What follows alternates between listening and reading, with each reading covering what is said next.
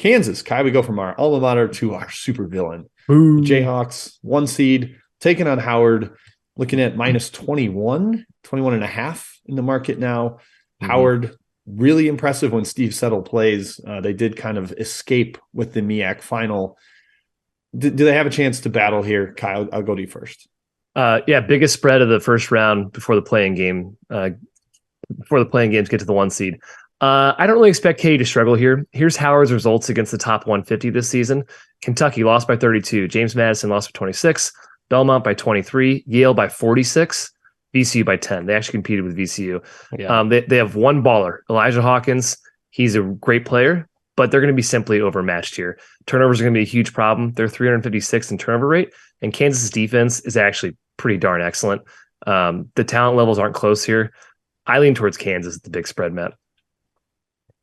I do too. Their best guards are a freshman, sophomore with Shiob and Elijah Hawkins. I think it's actually a team that's more, we're happy to be here. What a great building block this is for our program under Kenny Blakeney. That's his second year now, his third or fourth year. I think it's just like mentally, I think they roll over second half. Honestly, I think Kansas exerts their will, and there's not like a ton of multiple counter punches from the dog here. So I don't know, maybe just a stupid mental psyche thing I was looking at, but I think Howard is just thrilled to be here, especially after that insane win they had against Norfolk in the tournament.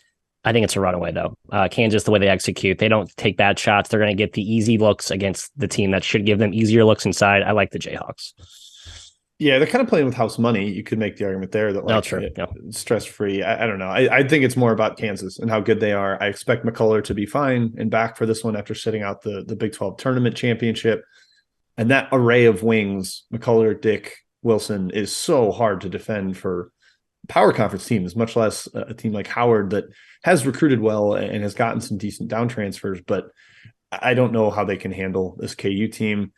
There's not some fear that Howard's going to be all over it. Like they are a good offensive rebounding team, but I think that's fueled more by being in the MEAC than it is having true size. And Kansas, despite not having elite size, it doesn't really catch up to them in this one. So I'm a Kansas guy as well. In this game.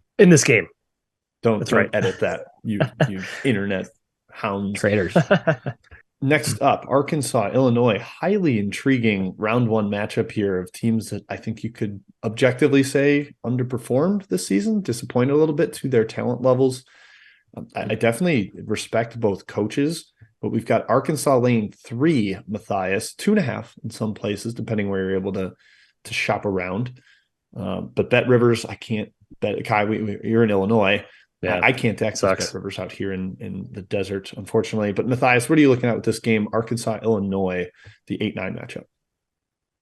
I don't like this version of Illinois. It seems like I'm the only person, though, as I've thought through it over the night, that is interested in betting Illinois just at the number, because we know they can rise and play to, basically as good as anyone in the country. But Jim, you mentioned this last night. We haven't seen that version in 3 months. So maybe that version just ended never coming back. The one that beat UCLA and Texas, two seeds. Arkansas with their talent, Musselman with his tournament track record. I guess that's the right side. I just can't lay 3. That seems too many for a team in Illinois who I still think has big time upside. I see across the board 2.5 right now, but I bet this game closes 3.5. I think people are going to keep betting the Hogs. Both these teams have look out, here they come. That's what people have said about both these teams several times this season, and they just haven't lived up to it. Even Arkansas, man. 2 talented teams. Arkansas is more talented. Really think Nick Smith is still that game changer that can facilitate a deep run in the tournament here. It's going to be fun. Both teams are really up tempo. Both teams have a ton of length across all 5 positions. I do think Illinois will get to the line, but their offense has been stagnant lately, man. They take such bad shots, and I think that's going to be a problem in the tournament. And Arkansas attacks the rim.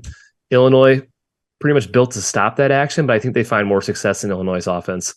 I don't think it's as cut and dry as people think, Jim, for Arkansas. Kind of agree with Matt. There might be some value on Illinois eventually here. If we're in Vegas and it gets 3.5, I might lean towards the Illini, but Musselman has shown he can eke out wins in the dance. So lean towards Arkansas at 2.5. Yeah, these are 2 pretty similar teams in my mind, very flexible rosters with a lot of different ways you can play, but neither team can shoot at all. It's going to be a lot of brick threes going on in this one. Unfortunately, only Illinois takes a lot of threes. Arkansas is at least smart enough to not take them because they know they're not very good at it. So they get downhill more. And Illinois' defensive goal is to get you off the 3-point line. They rank top 25 in 3-point attempt rate against.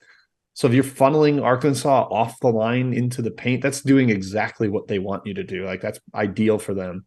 So I think that's a pretty ideal matchup angle. I do have some concerns about Arkansas's fouling tendencies in Illinois living at the free throw line, but Illinois doesn't make free throws. So that's not really as big of an advantage as it could be in that one. I like Kai said, I've kind of been waiting on both these teams to have their surge upwards, and we haven't seen it. But I do think Arkansas has looked a little bit more high upside lately. Illinois hasn't hasn't pulled off an impressive win since like November. No Q1 wins since November. So I'm going to lean towards Arkansas. I don't love the number, but I think it sounds more fun to be on the must bus than right now the way the Underwood, Illinois train has kind of derailed. Next up, Northwestern is back in the NCAA tournament.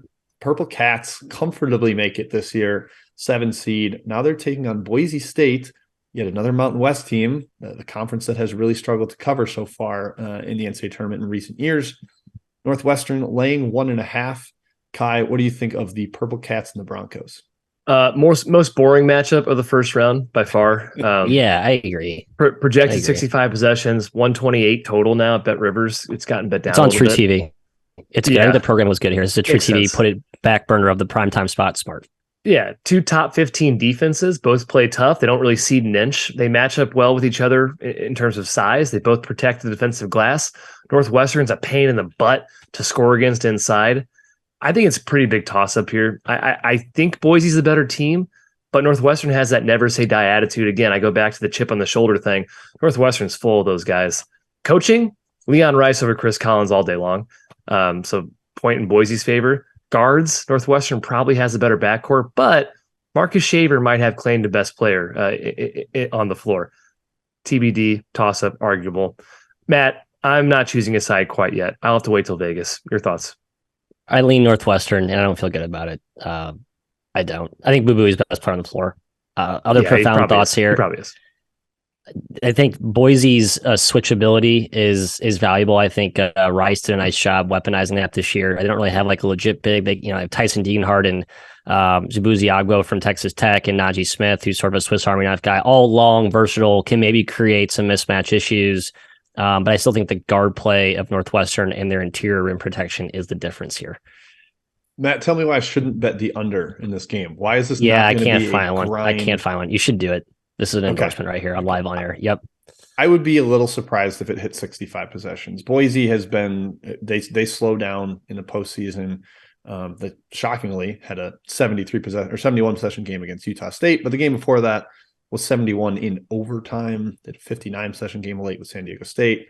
I think this turns into a grind. Both teams have very stout defenses as well, so I would probably be betting the under in that one. UCLA versus UNC Asheville. I got to be honest, Kai, this game has not super been on my radar here. Bruins minus 18.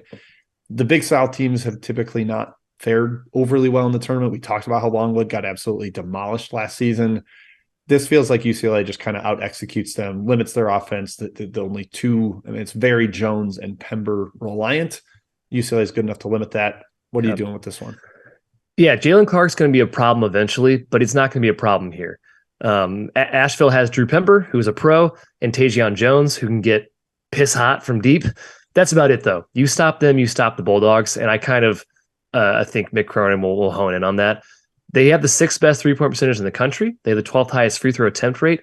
Nobody gets to the line more than Pember in the entire nation, but UCLA's defense is really good. They're actually number 1 in the country right now defensively. They're solid in every single aspect. UNC Asheville cannot handle the ball. That's going to be a problem. They're shaky.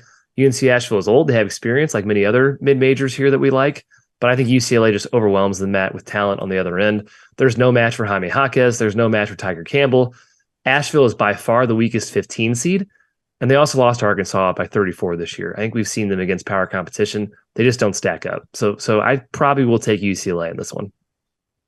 Yeah, you definitely have to monitor the injury situation with Bona for UCLA. I don't know if it matters in this matchup, I guess, but I think they win. I think they advance. But if you're looking to back UCLA, I'd like to feel better about having your best defensive big up front. Not that sure he'll guard Drew Pember, but certainly would see action on him and could negate Pember's rebounding, which is really how he scores in the Big South. Like, he's an awesome player, can shoot it, super skilled, former Tennessee transfer, right? Clearly looks like a SEC player in that conference, but he does a lot of his damage just on the glass. You're not doing that against UCLA. So, but again, without Bona, maybe he does find some success there. That's my one angle with this one. Make sure you get his status, and that should be a key part of this handicap. Yeah, you'd like to have Clark too to throw at Tajon Jones, let him blanket him, but I don't think it catches up to them. Here we saw UCLA. I know they struggled a little bit with Colorado and Oregon, but ended up covering both of those games. And I think it's when they really step up in class, somebody like Arizona, that missing Clark shows up, especially. So UCLA lean as well. St. Mary's VCU. I mean, this is like, this feels like the ultimate rock fight. It's tough meets tougher, as I would say, Jim. I'm not sure who the tougher team is. It's two really tough teams. St. Mary's kind of lives and breathes off its toughness mentality. And VCU, that's always how they've been built under Mike Rhodes. They're actually the hotter team right now, I'd argue. As good as St. Mary's has been down the stretch, that their only flaws being those losses to Gonzaga. I hopped in on the Rams. What's your take on this one? I kind of lean the other way, unfortunately. I don't think St. Mary's is going to turn the ball over, and that's what VCU feeds off of. And this is a junior version of, Duke is rolling against the ACC, by the way. VCU is rolling against a horrific A-10. Yeah. Like, congratulations, you beat a conference that had no one with even a shot at an at-large. So that definitely made me hesitate a little bit. St. Mary's super, super disciplined. I think VCU is going to really struggle with that defense, finding shots. It's going to be a lot of contested mid-rangers because they don't help off of three-point shooters. I don't think Schreiber is going to have the big game. He's been really huge for them of late, but I don't envision that happening against this Gales really well-schooled defense. I'm sure Bennett's going to have a great game plan. So I actually do lean towards St. Mary's. I think people are a little too excited about VCU. Sorry, Matthew. The haters want to see the Gales fail, a la Gonzaga. But Jim, the market's betting St. Mary's. It's up to 4 and even 4.5 in some places right now. Come on. Yeah, going towards St. Mary's. I do think it's a challenging matchup. The VCU's pressure, they might affect St. Mary's, who has talented guards who handle the ball, but they rely heavily on freshmen, right? Freshman playmakers. You never know in March. VCU is certainly a more athletic team, very aggressive. St. Mary's, though, their defense is tough, man. They're connected. They're like Marquette. They're a connected team. They play excellent help side D. They clog the middle while also contesting shots. I think VCU has a real issue scoring in the half court here. So if they can't create live ball turnovers, I kind of think St. Mary's wins comfortably. VCU's defense is excellent, but maybe St. Mary's cutting action, their smartness on that end, finds success. I think everyone's going to be on VCU, especially as it crawls up to 4.5. It's kind of the way I lean to on the number, but I don't think it's a gimme. And there are some real matchup angles for St. Mary's, Matthew. Another factor here, and this is the case, we'll talk, we mentioned this at San Diego State. This is a West Coast team that plays on the East Coast. The game's in Albany. It'll be 11 o'clock local tip for the Gales. I think 2 Eastern, the official tip time. I don't know. I don't know how much that really means anymore. It seems like that tends to be baked into the price, or, teams have gotten better with travel. Huge that this game's on Friday, right? If this is on Thursday, I think that matters more, but the extra day, will help there. And St. Mary's is not a team that is as home cozy they used to be, right? They kind of challenged themselves a little more this year. They've actually gotten out and played teams on neutral sites, so that should bode well. But still, I think worth noting, as there have been, some pretty big bets on the travel spots historically. UConn Iona, how fun is this one? Dan Hurley. UConn fans have him under the microscope, Jim, as they have all of the potential, all the talent, and they are playing their best ball right now. But Rick Pitino can be a landmine. Spread felt low to me, even with the Rick Pitino factor. What's your angle on this handicap? Yeah, I thought it was a little low too. It's important that Iona has size to compete. Nelly Jr. Joseph, Osborne Chima inside can at least somewhat hold up against the Sonogo Klingon blitz in the paint. UConn's definitely opened things up more. Kai playing a little bit more small ball. Jackson handling the ball more. That has more shooting around him than Caravan, spacing the floor really well. They're playing Sonogo at the top of the key as like a distributor. So perhaps that helps. Moving Iona's defense around could be a problem for them. And Pitino's a great game planner. He's going to come in with a fantastic setup of a game plan. Potentially could be conference rivals soon if Pitino ends up at St. John's, as is heavily rumored right now. I kind of want to just back Pitino based on the coaching angle, but as Matt said, I don't love the number. It feels a little bit lower than I would have liked. Yeah, it's at UConn, 9 currently, by the way. Sorry, yeah, 9.5 now at Bet Rivers. Yeah, okay. I'm another game I'm waiting to see where it ends up before I bet it. UConn's the most underseeded team in the bracket. They're number 4 nationally in KenPom, and yet a 4 seed. They could be the best team in the country when playing well. We know Iona's an awesome mid-major. They have not played a power team all season, so it's really hard to know how they really stack up against elite competition. Dan Hurley, he's never made a Sweet 16. Pitino is just such a better coach, like all day, every day, twice on Sunday. If you like coaching angles, it's Pitino, man. It's not even close. The sheer size is going to be a problem for Iona. They are big. They are strong. Again, like some other teams like Santa Barbara, more athletes than your typical mid-major. But if Junior Joseph gets in foul trouble, I think it's over for the Gales. They do, Matt, try this one on for size. Iona has a case for the better backcourt with Jenkins and Clayton versus Newton and Hawkins. I'm not sure I'm quite there. I'll hear it. But it's not a huge gap, I don't think. I just think Iona has a tough time scoring. UConn's going to dominate the glass. Number 1 offensive rebounding rate versus number 272 on defense.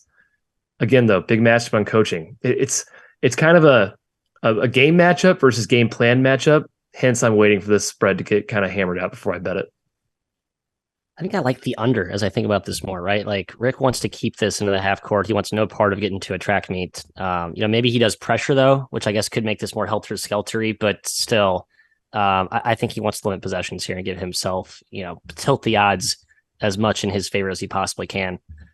And this game is worth noting. This game is in Albany, correct? So in the same little nook as Drake, Miami, Kent State, Indiana, VCU, St. Mary's. So it should be a really good turnout for this game with both teams being fairly close to home. So little audition perhaps for Mr. Pitino and his potential leapfrog to his next gig. Gonzaga against Grand Canyon, a sort of unsuspecting victory from the Lopes out of the WAC, unsuspecting because they were without their best player, point guard Javon Blackshear, which they have been for a while now. They've reinvented themselves. A testament to how good Bryce Drew is as a coach. However, Kai, the market is on Gonzaga. Some early money has pushed this from 15 up to 16. I see some 15.5s out there. It's not like a crazy amount of money for Gonzaga, but certainly with the way they play in the WCC tournament, you can understand why. I have them in my final 4. However, I have Grand Canyon on the number in this opening round. I did take the 16 this morning, full disclosure. I like the Lopes. I like how they're defending. Your thoughts? I can't believe Grand Canyon's here without Blackshear. It's incredible. I like the over in this game. Grand Canyon's defense, it's 157 at Bet Rivers. Grand Canyon's defense is a sieve. I know you said you think they're defending better now, but I don't think they can contain Gonzaga. They're going to score at will all day. Ray Harrison is everything for them offensively, and I think you can game plan that. When you're so focused on one guy for your offense, I think it's easy to take that away in a tournament setting. Certainly think Mark Few is a good coach. Now Grand Canyon can shoot, and that definitely gives them a chance, but the talent here is not close. And I think you kind of saw at the end of the year and in the WCC tournament, Gonzaga's in FU mode. I think they're kind of going to run through a couple teams here. The spread does feel touch high. I'll give you that, Matt. But I really think that Gonzaga, that Gonzaga scores 90 points, Jim. Yeah, over is easily the thing I'm most comfortable with this game. Grand Canyon's been the biggest over team in the country this year from a percentage of game. Like they've been a hammer in that direction. And with the way Gonzaga's playing offense, I could pretty easily see them scoring quite a bit here. Even if Grand Canyon tries to slow the game down, it's going to be difficult to do that. It does feel high, the spread, Matt. I'm not going to bet the side. I'm just going to bet the over and hope for points. Give me 100 to pick your number for Grand Canyon. I'll accept whatever you offer me. Well, I hope it's 85. That'll be a cover for me. Right. They are just shooting the absolute crap out of it. And you could argue that's just a regression, ticking time bomb. I kind of just will ride with the mojo and momentum because of Bryce Drew and how good of a coach he is and how much I respect him. I confidently backed him. Who did they play? Is it Alabama first round? Like another fast-paced, highly talented team, and they covered that game. That team was better than this version for sure, and they had real size up front, which I think could Iowa, 2 years ago. Was it Iowa? I thought it was Iowa. I thought Grand Canyon played Bama that sounds one right. year. But anyway, I think it's Iona played Bama. That's right. Rick Pitino versus Bama. I think GCU competes to a degree here, but the Zags are awfully dangerous on offense right now. The Horned Frogs, Jim, have to get your take on your squad facing the winner of the Pig, Arizona State and Nevada. What's your look here, potential matchups, and where the value might fall? Man, I don't really respect either of those teams a ton, Nevada or Arizona State. Not a big fan, and I love TCU. Lampkin fully entered the portal today. He is not on the team. He's gone. Hopefully that is a distraction removed. They looked great against Kansas State in the Big 12 tournament. Did come up a little short against Texas, but look how well Texas is playing. I mean, look what they did to Kansas in the final. Maybe actually makes TCU's effort look more impressive there. I'm going to probably be betting TCU, Kai. I would bet they take money because of the shorter turnaround and the idea that TCU is maybe a little undervalued by analytics because of injuries. But I'll be with it. I got to bet my Horned Frogs. Been loyal to them all year. Yeah, whereas I think that Iowa State is in trouble in their game against Mississippi State or Pitt, I'm not worried about TCU as much here. Arizona State's talented enough to beat them. And again, they're high variance, and that can definitely be a problem in small sample size theaters. But I don't really have an angle with Nevada beating TCU. TCU obviously probably wants to see Nevada. That would be my guess. Matt, I'm probably in TCU, but again, we'll see the line. We'll see the actual matchup when it comes to it. Yeah, I'm not as in on TCU as you guys are, but I don't think either matchup here poses any real concern. I think they'd probably march on. But yeah, we'll see what the line comes out. Probably close to a touchdown, depending on the winner. Again, one of those teams that we've seen a big discrepancy between market and KenPom line, so I'll keep an eye on that.